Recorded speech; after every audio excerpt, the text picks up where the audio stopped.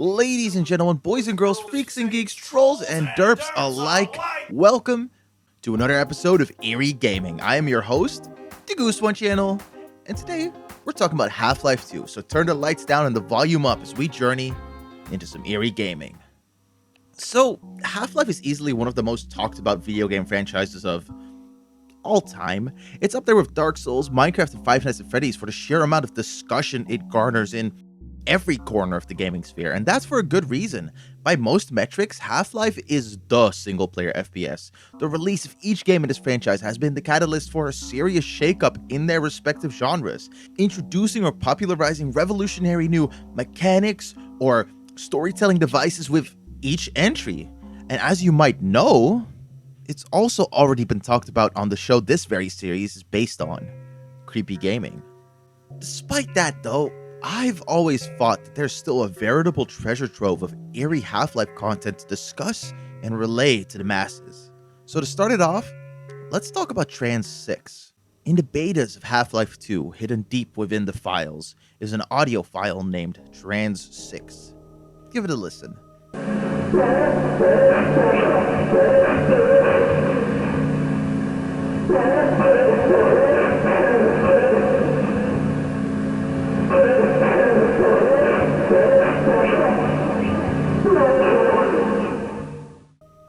From what I could find, this audio was present specifically in a test level created by Mark Laidlaw, meant to show off surreal effects in the source engine.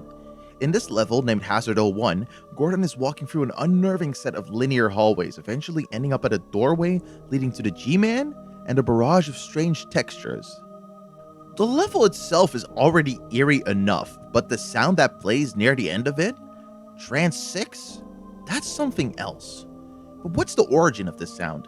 Some clever internet sleuths have already found this out years ago, but Trans 6 is actually a sample from the Giudica Cordiglia recordings. In essence, these recordings belong to a set of Italian brothers, kind of like Mario and Luigi, who originally recorded these sounds back in the 60s. They personally reported the sounds to be audio of Russian cosmonauts burning up in the atmosphere, deaths which were conspiratorially covered up by the Russian government. There's been a lot of skepticism about the veracity of these claims, and for what I can read, I err more on the side of not believing them. I'm not here to solve the puzzle of the Giudica Cordiglia recordings though, but personally, I'm still left with one question. What is this sound doing in a beta Half-Life 2 level? The easy, straightforward answer, of course, would be that Mark and whoever did the sound design for the game were just looking for some creepy Foley sounds for this segment of the level and stumbled upon these sounds, or maybe they already knew about them and used them because of that foreknowledge, but I have somewhat of a deeper theory. See, from what I can find, this level is supposed to be some kind of dream or nightmare. Gordon subconsciously remembering the events of Black Mesa while he's in the stasis G-Man put him under at the end of Half-Life 1. And it's a damn terrifying rendition of what had happened back there, as we see Gordon stumble through these blank, metallic hallways and barraged with the worrying words from so long ago. But then, what do these recordings have to do with all of that? Well, think about it. The Giudica Cordiglia recordings are supposedly of dying Russian cosmonauts, burning up in the atmosphere in the pursuit of space travel. Even if that's not what they really are, thematically, it's true for this beta level. These are scientists, humans coming to terrible deaths at the hands of the pursuit of science and progress. The very same thing that happened in Black Mesa. And with that added, the existence of the sound file within Half-Life 2 only becomes more spine-chilling.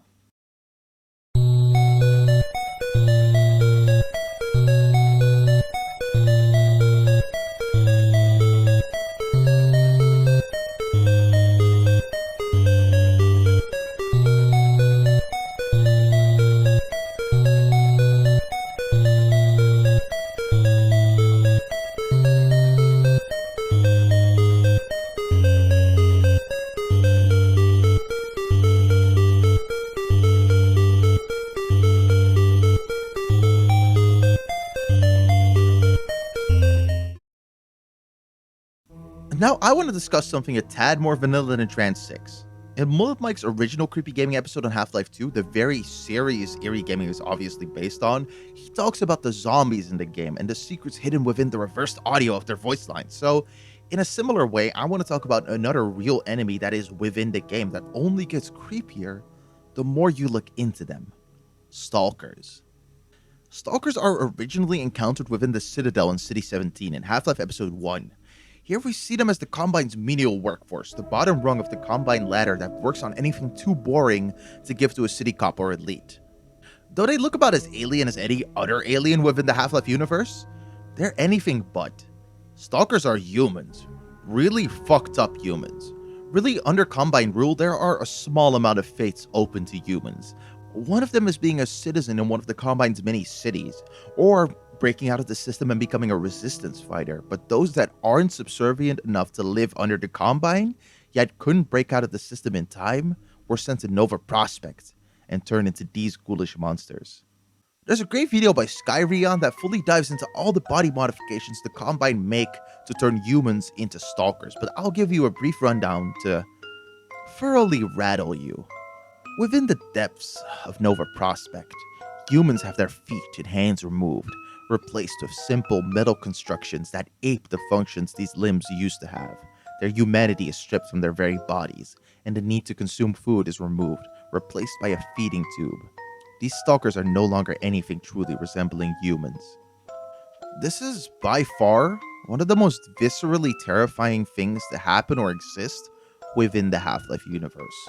We've seen aliens before, we've seen zombies before, even if Valve have constructed an especially terrifying rendition of them. And we've seen overwhelming alien invasions before. I mean, look at XCOM, we've been doing that one since the 90s in gaming. But stalkers are different. These designs give something almost Cronenberg-esque to them, but more than that, they remind me of Harlan Ellison's I Have No Mouth and I Must Scream, specifically the point-and-click adventure based on this short story.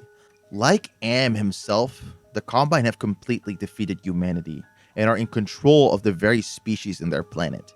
But that isn't enough for them. To display the utter reach of their control, of their power, they mangle humans beyond recognition. Even our minds and our physical forms aren't safe from such an overwhelming force. And that more than warrants Half-Life 2 a permanent spot in Eerie gaming history. And with that, this episode of Eerie Gaming comes to an end. If you have any thoughts, please leave them in the comments. If you like the video, consider subscribing, check out my Patreon, all that bullshit, and I'll see you all in the next video. Bring it up.